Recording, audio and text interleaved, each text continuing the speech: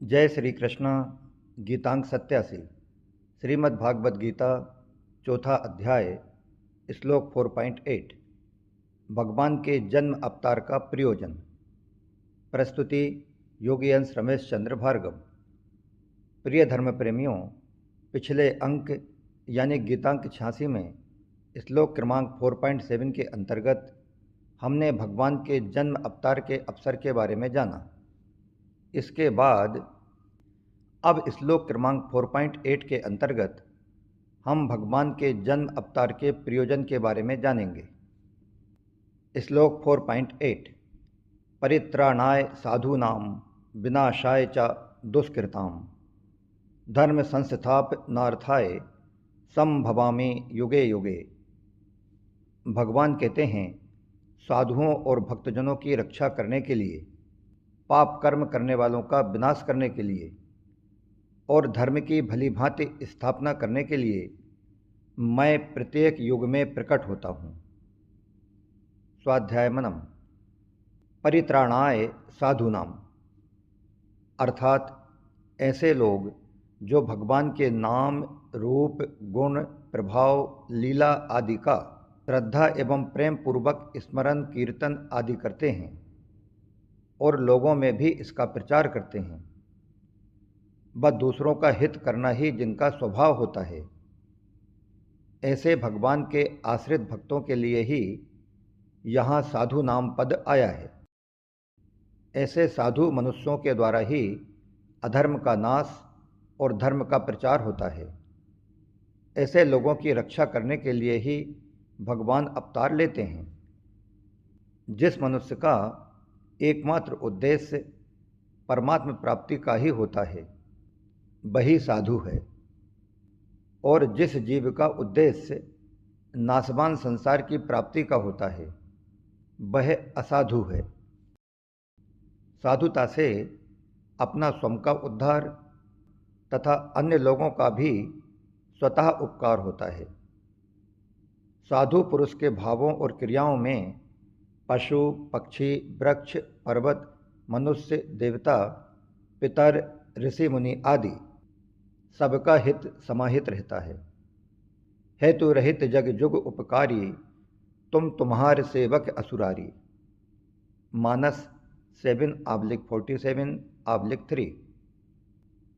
यहाँ एक शंका मन में उत्पन्न हो सकती है कि यदि भगवान साधु पुरुषों की रक्षा किया करते हैं, तो फिर इस संसार में साधु पुरुष इतना दुख पाते हुए क्यों देखे जाते हैं?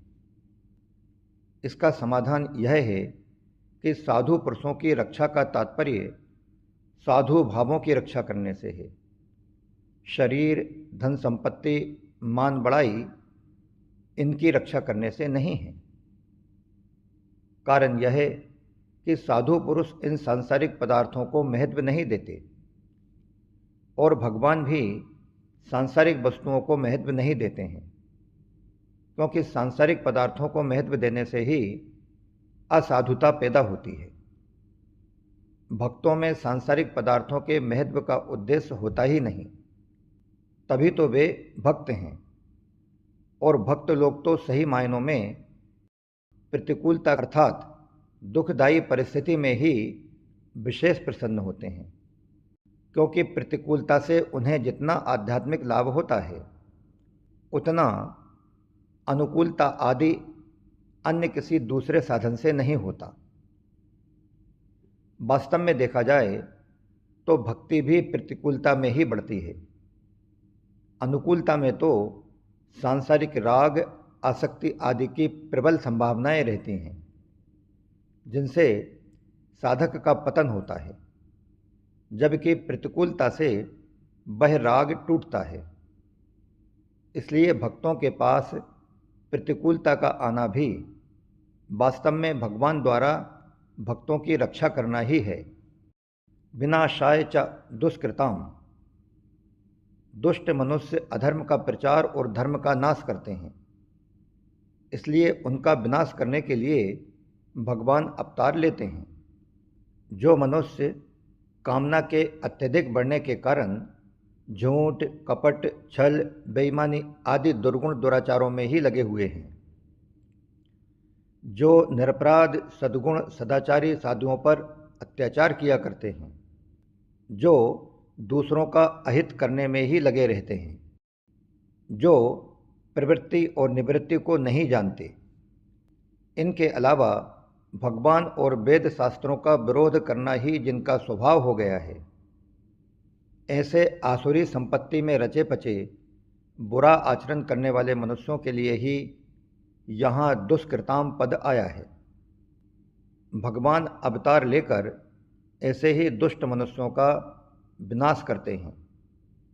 यहाँ एक शंका खड़ी होती है कि भगवान तो सब प्राणियों में सम हैं, तब तो फिर इस जगत में उनका तो कोई भी बैरी नहीं होना चाहिए था।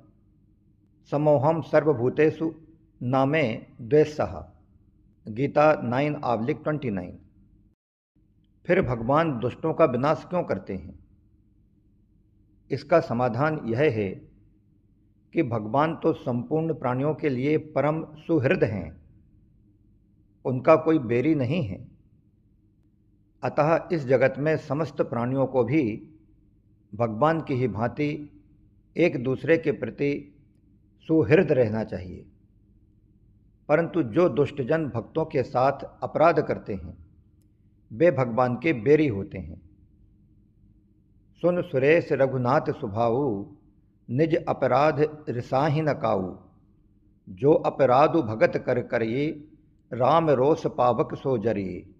मानस 2/218/23। अतः भक्तों को कष्ट देने वाले दुष्टों का विनाश भगवान स्वयं करते हैं। इस प्रकार पाप का विनाश भक्त करते हैं और पापी का विनाश भगवान करते हैं। साधुओं का परित्राण करने में भगवान की जितनी कृपा है, उतनी ही कृपा दुष्टों का विनाश करने में भी है। दुष्टों का विनाश करके भगवान उन्हें शुद्ध एवं पवित्र बनाते हैं। संत महात्मा धर्म की स्थापना तो करते हैं, पर दुष्टों के विनाश का कार्य वे नहीं करते। दुष्टों के विनाश करने का कार्य भगवान अपने हाथ में रखते हैं।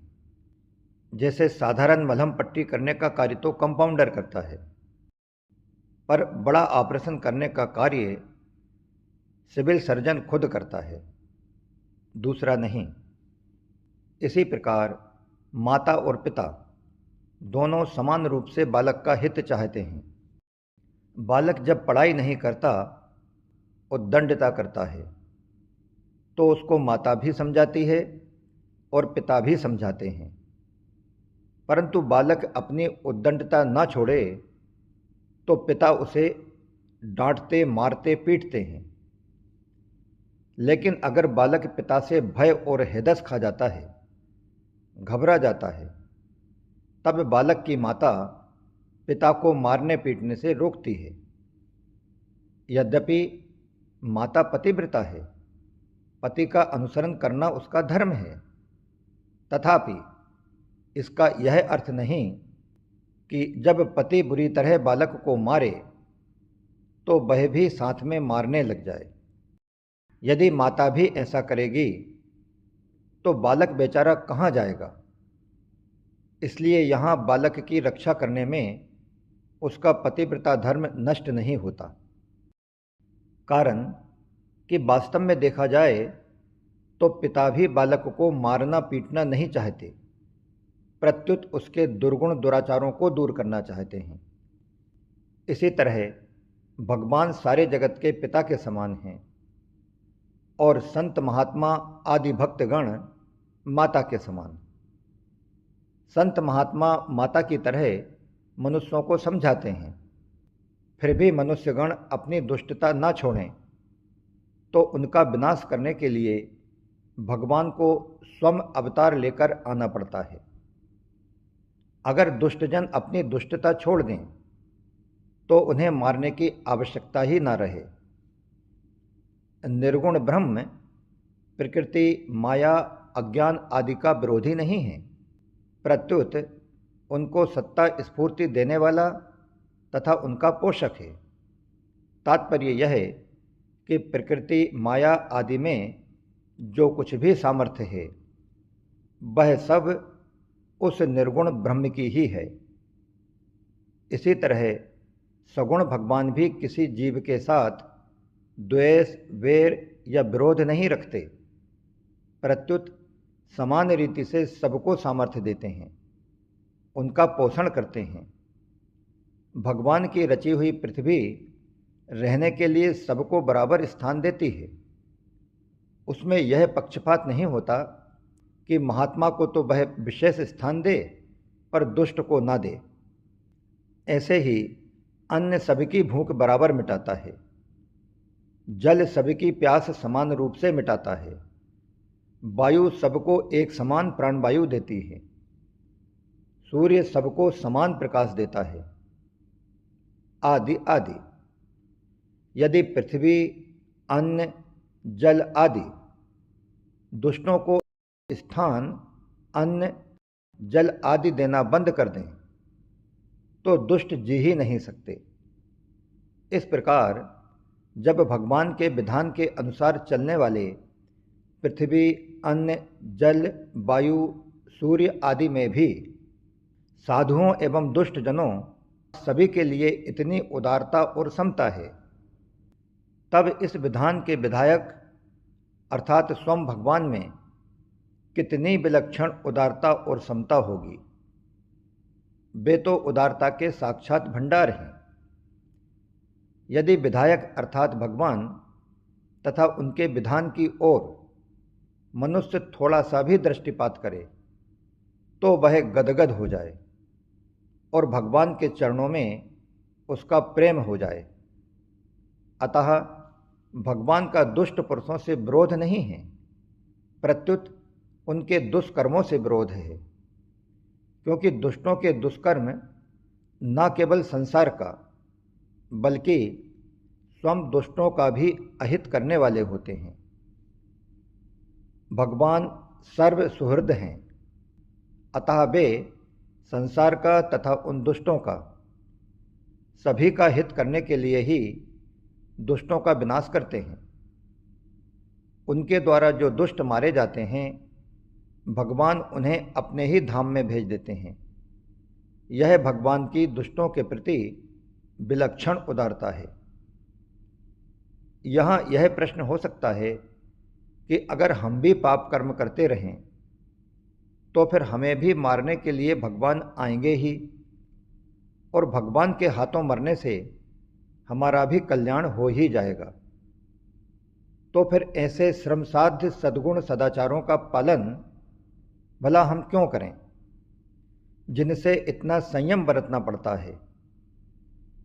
इसका उत्तर यह है कि वास्तव में भगवान उन्हीं पापियों को मारने के लिए आते हैं जो भगवान के सिवाय दूसरे किसी से मर ही नहीं सकते।